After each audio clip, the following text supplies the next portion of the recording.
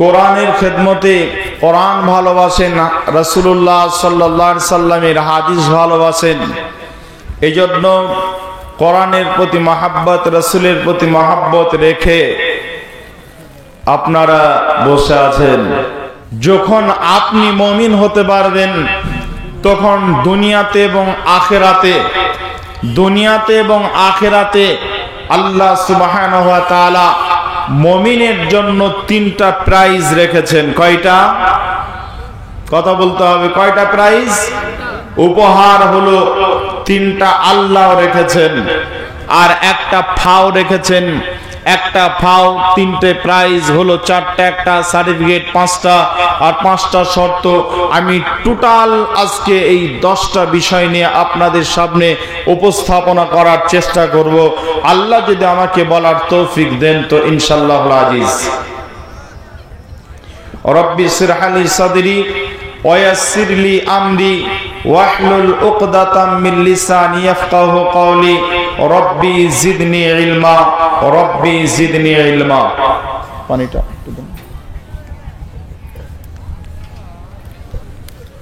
আমার উপস্থাপনা শেষ। এবার আমি আপনাদের সামনে ডাইরেক্ট বক্তব্যে যাচ্ছি। বিসমিল্লাহ।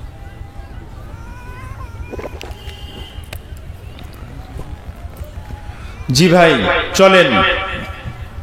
বিসমিল্লাহির রহমানির রহিম। আল্লাহ রাব্বুল আলামিন বলেন, ইন্নামাল মুমিনুনা আল্লাযীনা ইযা যুকিরাল্লাহ। আল্লাহ বলছেন মুমিন হতে গেলে পারে প্রথম যে শর্তটা তোমার থাকতে হবে, মেনটেন করতে হবে। প্রথম শর্ত আল্লাহ দিলেন মুমিনের। আল্লাহ বললেন যে লোকটা মুমিন হবে ওই লোকটাকে দেখে চেনা যাবে। কি করে চেনা যাবে? ওই লোকটার প্রথম যেই বৈশিষ্ট্য তার মাঝে থাকবে, আল্লাহ রাব্বুল আলামিনের ভয়ে, আল্লাহ রাব্বুল আলামিনকে স্মরণ করে আল্লাহর জাহান্নামকে স্মরণ করবে। আল্লাহ রাব্বুল আলামিন যে মৃত্যুর পর কবর রেখেছেন, মৃত্যুর কষ্টকে স্মরণ করবে, কবরের আযাবকে স্মরণ করবে, আখিরাতের কথা লোকটা ভাববে, আর লোকটার চোখ দিয়ে অশ্রু বাইর হবে। লোকটা আল্লাহর ভয়ে ভীতু সন্ত্রস্ত হয়ে লোকটা আল্লাহর ভয়ে কাঁদবে। এটা হলো মুমিনের প্রথম বৈশিষ্ট্য। কিভাবে? জি ভাই, আপনার এখানে অনেকে আছেন যারা চাষি মানুষ, চাষ করেন, আছেন না? চাষি প্রধান এলাকা, চাষ করেন। আপনি ধান লাগিয়েছেন, আপনার জমিতে ধানের চাষ করছেন। আপনি মাঠে গেছেন, আপনার জমিতে সরষা রয়েছে, আপনি মাঠে গেছেন। মাঠে যাওয়ার পর জমিতে বসে আছেন, হঠাৎ করে আপনার ব্রেনে একটা খবর চলে এলো। ব্রেন একটা কথা আপনাকে জিজ্ঞাসা করলো। ব্রেন বলল, রে আল্লাহর গোলাম, এই জমিটা, যে জমিটা তুমি চাষ করছো, আজকে তুমি মালিকানা করছো, এই জমিটা একদিন তোমার বাবার ছিল।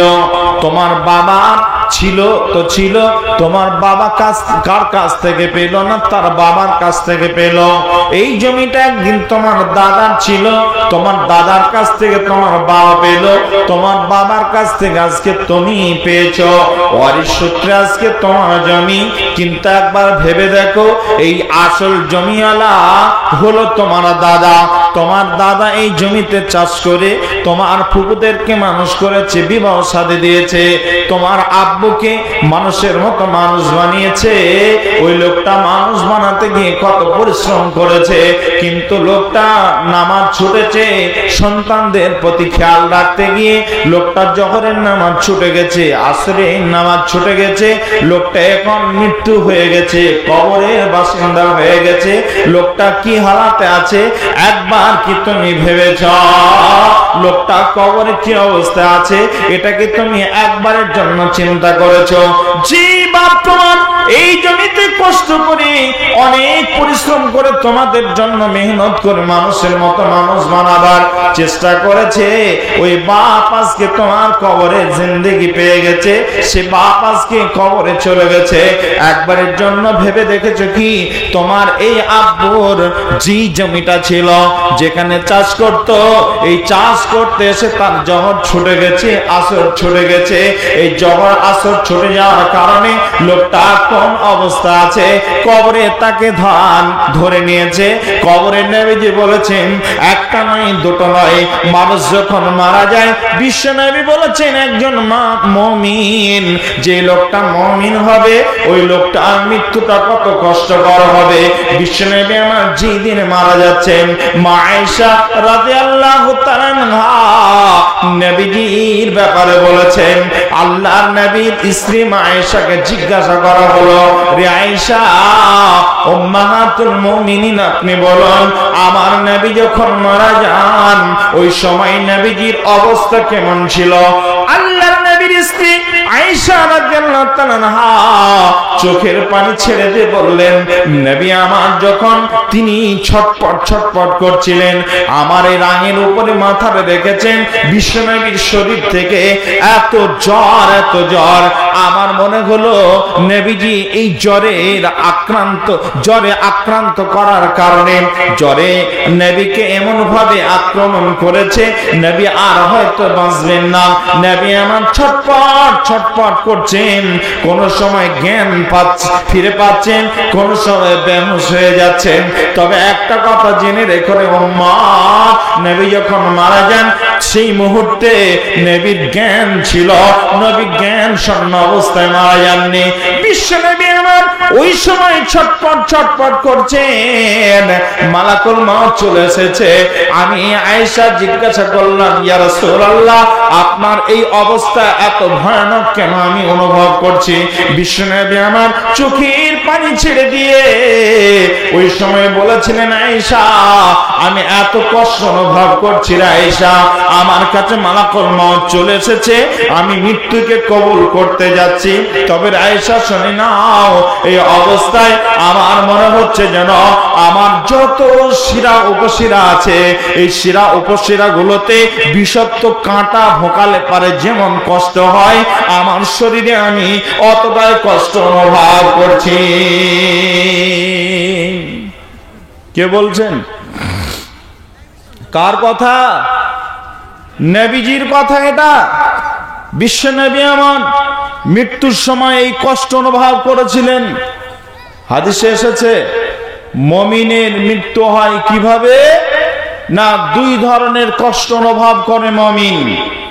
একটা জীবিত মানুষকে, একটা জীবিত জানোয়ারকে তার শরীর থেকে যদি খালটাকে ছিলানো হয়, খালটাকে ছাড়ানো হয়, ওই জানোয়ারটা ওই জীবটা যেমন কষ্ট অনুভব করে, একটা মানুষের শরীর থেকে যদি চামড়াকে খিলিয়ে নেওয়া হয়, ছাড়িয়ে নেওয়া হয়, ওই লোকটা যেমন কষ্ট অনুভব করে, একজন মুমিনের মৃত্যুতে এতটাই কষ্ট অনুভব হয়।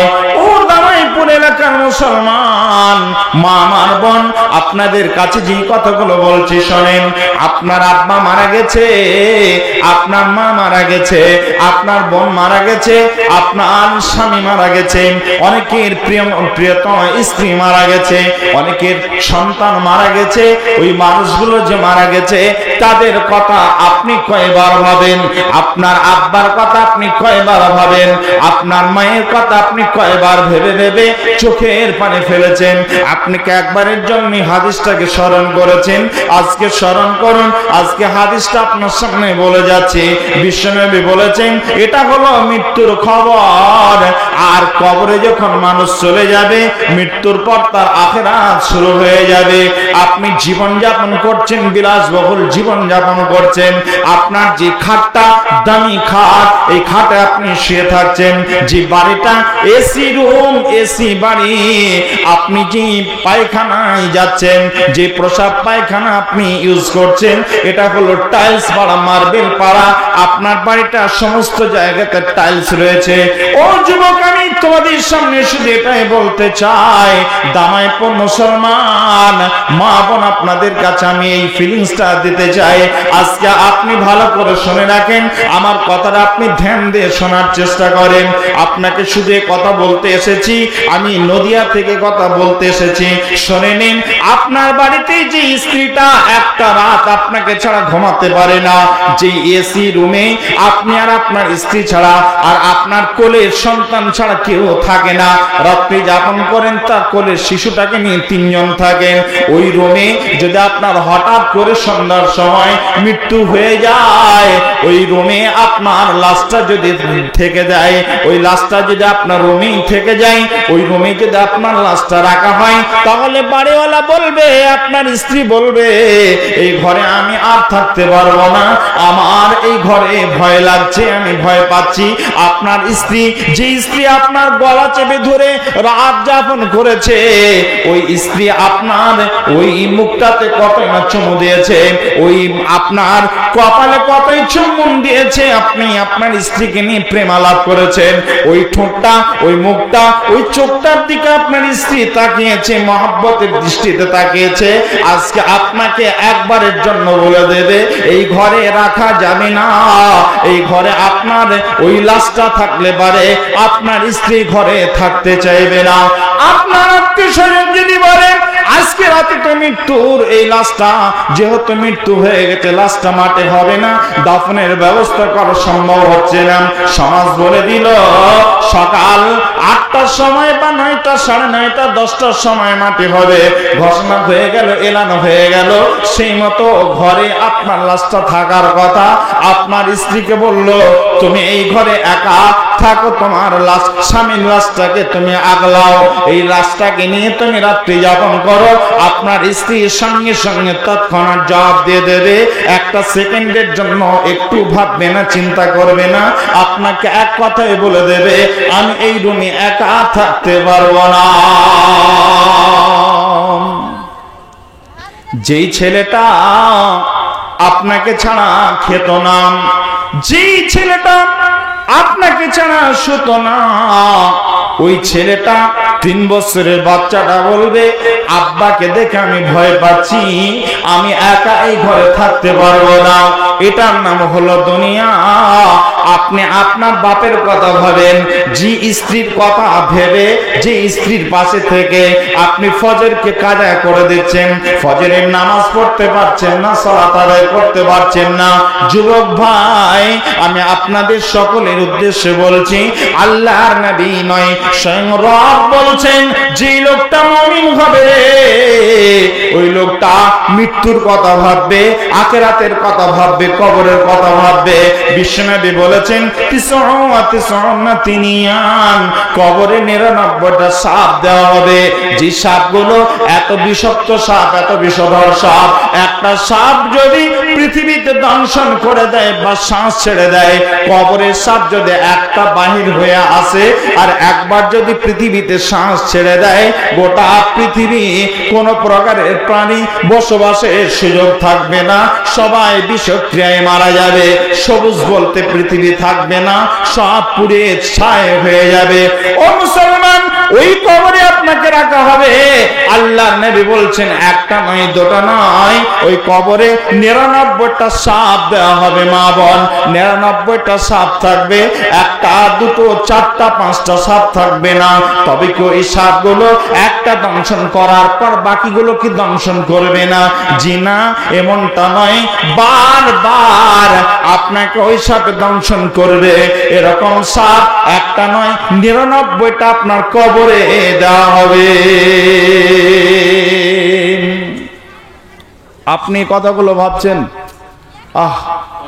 আমার আব্বু ছিল এত মহব্বতের আব্বু, মারা গেছেন, জানি না আমার আব্বার খবরে কি হচ্ছে। আপনি ভাবছেন আর চোখের পানি ফেলছেন। আপনি ভাবছেন কবরে 5 প্রকারের আযাব হয়, একটা বললাম। 2 নম্বরে কবরে আযাব হবে মানুষের সঙ্গে এই আচরণ করবে কবর। যেমন আপনি গম যদি আপনি হলারে দেন, তাহলে পিছন দিক থেকে আপনাকে ময়দা বাহির করে দেবে। জাঁতাতে 2 দিককার জাঁতা পিষে ওটাকে ময়দা বানিয়ে দেবে, গমটা গোটা বাহির হবে না। বন্ধুরা আমার, কবরবাসী যেই লোকটা কবরে থাকবে রে, ওই লোকটার যদি নেকি কম হয়ে যায়, তাহলে কবরস্থ ব্যক্তির সঙ্গে এই আচরণ হবে যে তার কবরের ভিতরে 2 দিককার মাটি তাকে চেপে ধরে পিষে ময়দা পিষা করে পিষে দেবে। লোকটা আর্তনাদ করবে, তার আর্তনাদ শোনার জন্য পৃথিবীতে কেউ তার আর্তনাদ শুনতে পাবে না। মানুষ আর জিন কেউ তার আর্তনাদ শুনতে পাবে না। নবীজি বলেন, যদি আর্তনাদ মানুষ শুনতে পেত, তাহলে মানুষ বিবাহ করা ছেড়ে দিত, দুনিয়া করা ছেড়ে দিত। এই জন্য আল্লাহ রাব্বুল আলামিন এই আর্তনাদ শোনানোর জন্য, এই আর্তনাদ শোনার জন্য পৃথিবীর কাউকে এই ক্ষমতা দেননি। জি ভাই, আল্লাহ বলছেন এই কথাগুলো যে মানুষটা ভাববে, আর ভেবে ভেবে ভেবে ভেবে নিজের চোখের পানি অজান্তে ফেলবে, ওই লোকটাকে জেনে নিয়ে ওই লোকটা হলো মুমিন। যে লোকটা আল্লাহর ভয়ে ডুকরিয়ে ডুকরে কান্না করবে,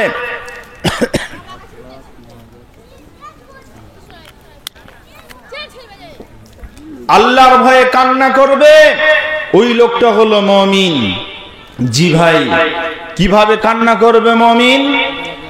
মুমিনের অন্তর কেমন হবে? মুমিনের অন্তরের অবস্থা আপনাকে এবার ছোট্ট করে বলছি ভাইয়ান, শোনেন। একটা উদাহরণ শোনেন। এই জালসাটা কমপ্লিট সুন্দরভাবে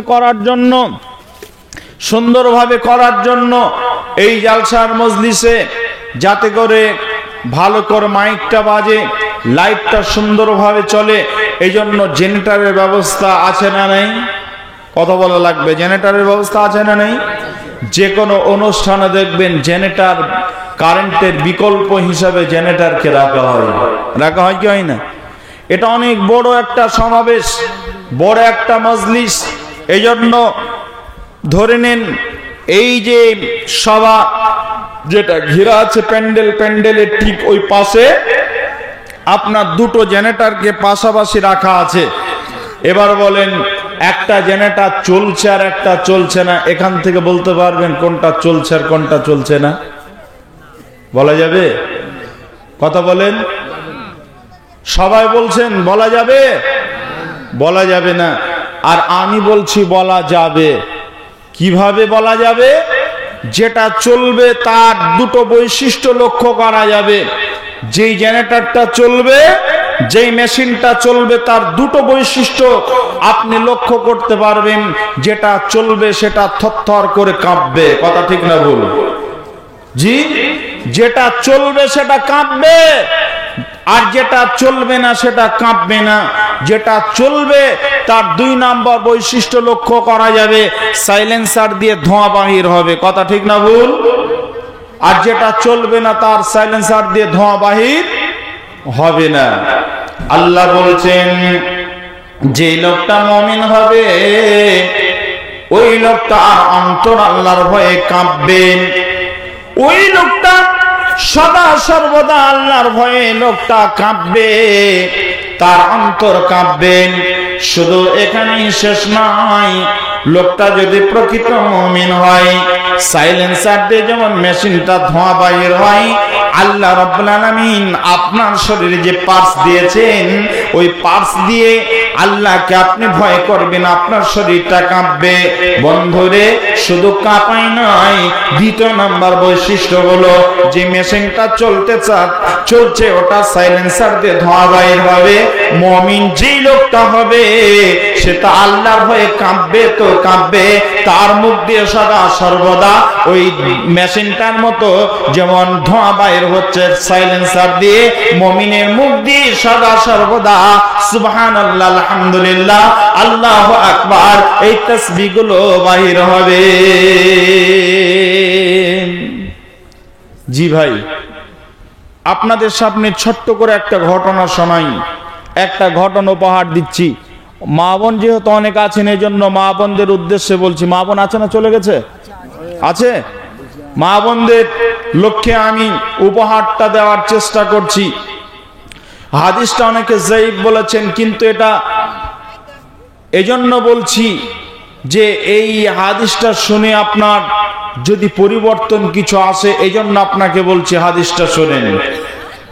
আম্মা জান আয়েশা রাদিয়াল্লাহু তাআলা আনহা একদিন ঘরের ভিতরে বসে ডুকরি ডুকরে কান্না করছেন। আল্লাহ নবীর কান পর্যন্ত কান্নার আওয়াজটা চলে এলো। নবী আমার স্থির থাকলেন না, নবী আমার ওই জায়গা থেকে বাইর হয়ে তিনি আম্মা জান আয়েশার কাছে পৌঁছে গেলেন।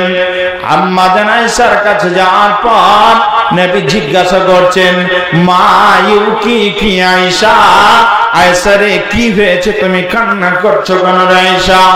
আল্লাহর নবী যখন জিজ্ঞাসা করলেন, আয়েশা রাদিয়াল্লাহু তাআলা আনহা বলছেন, ইয়া রাসূলুল্লাহ, পৃথিবীর কোন বিষয়ে আমি কান্না করছি না, তবে কিসে কান্না করছো? কে তোমাকে কান্না করিয়েছে? কোন বিষয়টা নিয়ে তুমি কান্না করছো? মা আয়েশা রাদিয়াল্লাহু তাআলা আনহা জবানটা ছেড়ে দিয়ে নিজের জবানে তিনি বর্ণনা দিচ্ছেন। তিনি বলছেন রাসূলকে, ক্বালা যাকাতুন নারা ফাবাকাইতু ইয়া রাসূলুল্লাহ, ও আল্লাহর নবী, আমি কান্না করছি এই কারণে যে আমি দুনিয়ার কোন বিষয় নিয়ে কান্না করছি না। আমার মৃত্যুর পর যে অনন্তকালের জন্য একটা দিন অপেক্ষা করছে, ওই দিনটাকে আমি কান্না করছি। আল্লাহ জাহান্নামে দেবেন, যে জাহান্নাম মানুষ সহ্য করবে কি করে? সূর্যের তাপ তো মানুষ বৈশাখ মাসে চৈত্র মাসে সহ্য করতে পারে না, ওই তাপ মানুষ কি করে সহ্য করবে? কিয়ামতের দিন তো সূর্যকে মাথার উপর নিয়ে আসা হবে, ওই সূর্যের তাপ কি করে মানুষ সহ্য করবে? যেই দিন এত ভয়ঙ্কর হবে, জাহান্নাম দাদা দাদা করে জ্বলছে, জাহান্নাম এত ভয়ঙ্কর হবে, চিৎকার করছে, ওই চিৎকার তার যে ভয়ঙ্কর দৃশ্য, নবী গো এই কথাগুলো আমার মনে পড়েছে, এই কারণে আমি কান্না করছি। আয়েশা বললেন কান্না কর, আল্লাহর নবী বললেন, আয়েশা এটা কান্নার বিষয়, কান্না করছো ঠিকই আছে, কান্না করছো এটা ঠিকই আছে। আপনার একটা ছেলে এখানে ঘুরছে, আমি চট করে একটা চড় লাগিয়ে দিলাম, ছেলেটা কান্না করতে শুরু করলো, আপনি কি বলবেন? ছেলেটাকে কি বলবেন? থামো আমি দেখছি, বলবেন কি বলবেন না? আপনি বলবেন পিতা হিসাবে, বলবেন থামো আমি দেখছি।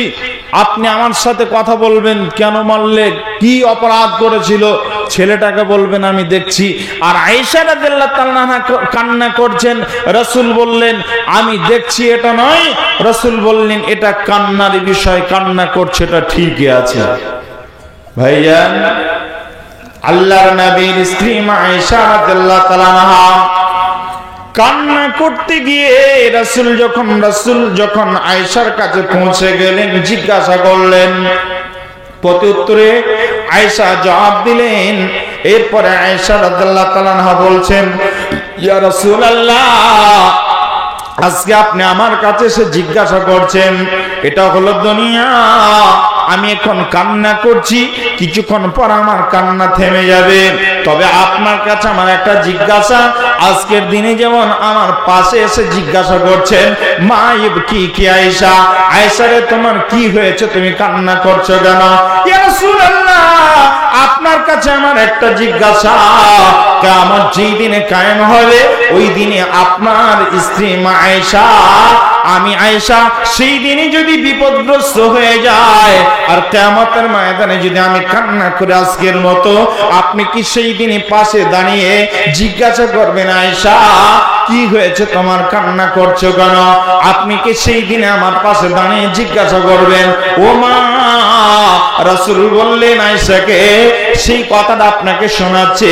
আল্লাহর নবী বললেন আমি তিনটা জায়গাতে আম্মা ফি সালাসাতি মাতিনা ফালা ইয়াজকুরু আহাদুন আহাদা। আয়েশা রে আমি সব জায়গায় সবার কথা মনে রাখবো, কিন্তু এমন তিনটা জায়গা আছে রে আয়েশা, ওই তিনটা জায়গাতে পৃথিবীর কাউকে আমি মনে রাখতে পারবো না। আয়েশা রাদিয়াল্লাহু তাআলা আনহা বললেন নবী গো আপনি আমার কথা মনে রাখবেন না, এটা আমি মেনে নিলাম, তবে আপনার আহলের কথাকে আপনি মনে রাখবেন না। যে আহলের কথা আপনি সদা সর্বদা প্রতি রাতে আপনি দোয়া করেন, আর আপনি খাস করে খাদিজার নাম ধরে ধরে দোয়া করেন, আল্লাহ তুমি আমার খাদিজাকে মাফ করে দাও, ক্ষমা করে দাও। অথচ খাদিজা বলেন জান্নাতের সর্দারনীদের একজন।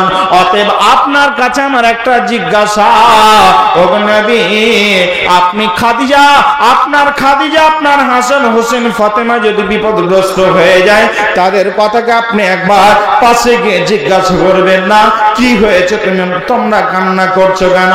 আল্লাহর নবী চোখের পানি ছেড়ে দিয়ে বললেন আয়েশা এমন তিনটে মওকা আছে আয়েশা, ওই তিনটে জায়গাতে আমি নবী নিজেকে নিজেই মনে রাখতে পারবো না, আমি কারো কথা মনে রাখতে পারবো না। এত টেনশনের ওই তিনটে জায়গা পৃথিবীর কারো কথা আমার ব্রেনে থাকবে না।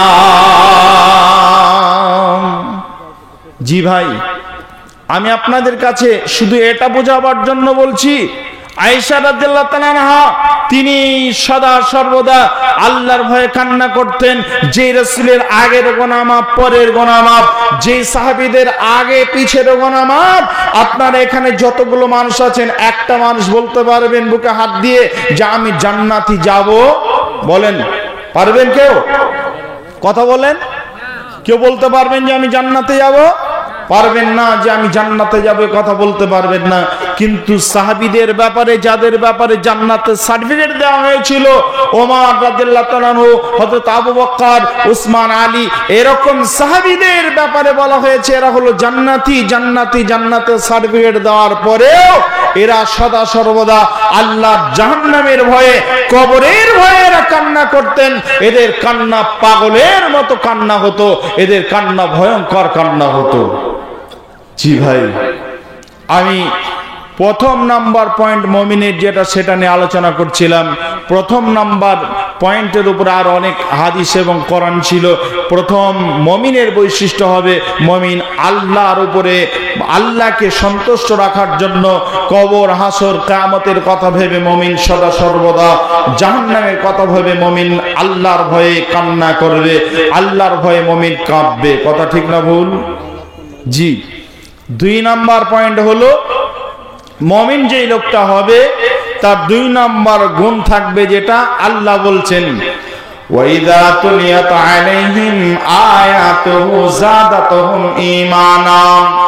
2 নাম্বার মুমিনের বৈশিষ্ট্য হলো, মুমিন যেই লোকটা হবে ওই লোকটার 2 নাম্বার বৈশিষ্ট্য হবে আল্লাহ রাব্বুল আলামিনের আয়াত শুনে, কোরআন শুনবে আর হাদিস শুনবে, লোকটার ঈমানটা বৃদ্ধি পাবে। জি ভাই, 2 নাম্বার মুমিনের বৈশিষ্ট্য হলো মুমিন কোরআন আর হাদিস শুনবে আর তার ঈমান বৃদ্ধি পাবে। এটা হলো মুমিনের 2 নাম্বার গুণ, 2 নাম্বার বৈশিষ্ট্য। আপনাদের কি দিয়ে বোঝাই? আপনাদের শুধু এটা বোঝাতে চাচ্ছি যে মুমিন কোরআন শুনলে পারে তার ঈমানটা আরো বৃদ্ধি পাবে, তার ঈমানটা মজবুত হবে, রিপেয়ারিং করে নেবে। আপনাদের গ্রামে টোটো চলে? টোটো কথা বলেন, চলে। মোটরসাইকেল আছে, বড় গাড়ি আছে, প্রত্যেকটা গাড়িতে একটা ব্যাটারি থাকে। টোটোতে 3টা থাকে, 6টা থাকে, থাকে কি থাকে না? ব্যাটারি থাকবে তবে গাড়িটি স্টার্ট নেবে, তবে চলবে। যেই গাড়ির ব্যাটারিটা শেষ হয়ে গেছে, ব্যাটারিটা খারাপ হয়ে গেছে, ওই গাড়িটা কিন্তু আর স্টার্ট নেবে না। আপনাদের গ্রামের একটা ছেলে আপনাদের এই শামসিতে ব্যাটারি, পুরানো ব্যাটারি যেগুলো খারাপ হয়ে যায় সেগুলো সারাবার জন্য একটা দোকান করেছে। এটাকে বলা হয় রিপেয়ারিং এর দোকান, ব্যাটারি রিপেয়ারিং এর দোকান করেছে। তো ও যে ব্যাটারিগুলো খারাপ, খারাপ বলতে ব্যাটারি তো সব খারাপ হয়ে যায় না, কিছু মাল খারাপ হয়ে যায়। যেগুলো খারাপ সেগুলোকে ফেলে দেয়, যেগুলো ভালো নেওয়ার মতো সেগুলোকে রেখে দেয়, দিয়ে বৈজ্ঞানিক প্রসেসে ব্যাটারিটা আবার আগের মতো সঠিকভাবে সার্ভিসিং করে আবার সেখানে অ্যাসিড দিয়ে আবার ফুল চার্জ করে দিয়ে আগের মতো চার্জ নেয়, আগের মতো ফুল চার্জ নেই, আগের মতো সার্ভিস দেয় ব্যাটারিটা। তা এই হলো ওই ছেলেটার কাজ। আপনাদের গ্রামের ছেলেটার নাম হলো আব্দুল্লাহ। তা আর একটা ছেলে, অল্প বুদ্ধির ছেলে, মোটা বুদ্ধির ছেলে আপনাদের গ্রামে আছে, ওই ছেলেটার নাম হলো করিম। তা করিম যখন ওই দিক দিয়ে যাচ্ছে, মোটা বুদ্ধি হুঁশ মোটা এই ছেলেটা ওই দোকানের সামনে দিয়ে যাচ্ছে, আর ওর হাতে একটা 2 লিটারের বোতল, ফাঁকা বোতল আছে। তখন বলছে, আব্দুল্লাহ ভাই কি করছো? তো বলছে, ও চিন্তা ভাবনা করে দেখছে, একে যদি বলে আমি ব্যাটারি রিপেয়ারিং করছি ও বুঝবে না। তখন ও সরাসরি বলছে, আমি এই ব্যাটারিতে কারেন্ট ভরছি। বলেন কথাটা ঠিক বলেছে না ভুল বলেছে? কারেন্টই তো ভরছে ও, নেগেটিভ পজিটিভ তার লাগিয়ে তো চার্জ করবে। তা বলছে আমি কারেন্ট ভরছি।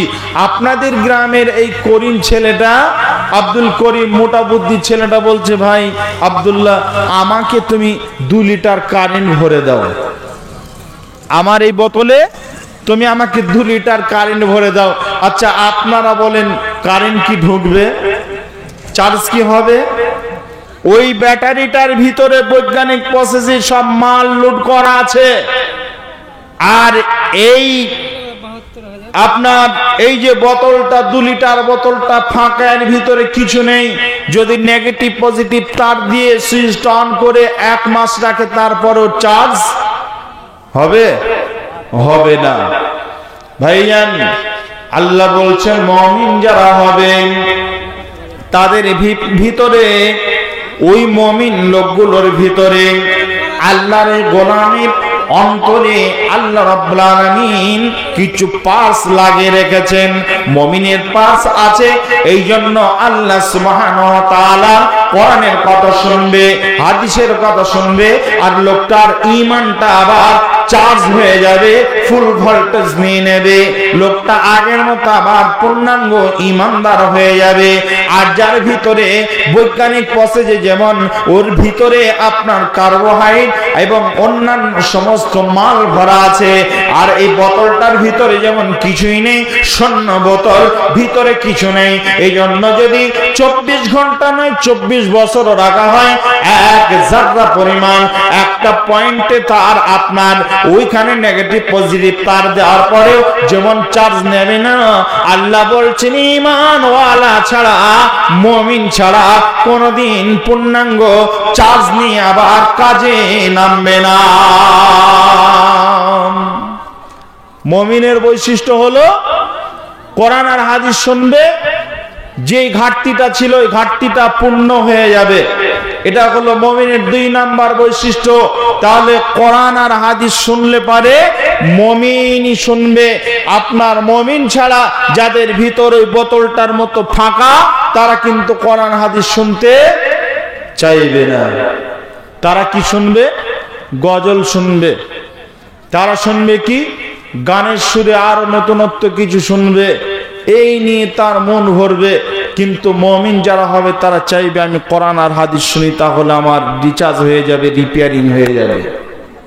জি ভাই, আপনার দিদিকে মেয়েরা রান্না করে, হাঁড়ি বলেন না পাতিল বলেন? জি হাঁড়ি বলেন। 2টো হাঁড়ি পাশাপাশি আপনার 2টো আপনার রেখে, 2টো চুলাতে রেখে, একটাতে 2 লিটার দুধ আর একটাতে 3 লিটার পানি দেওয়া হয়েছে, একসঙ্গে জাল দেওয়া হচ্ছে।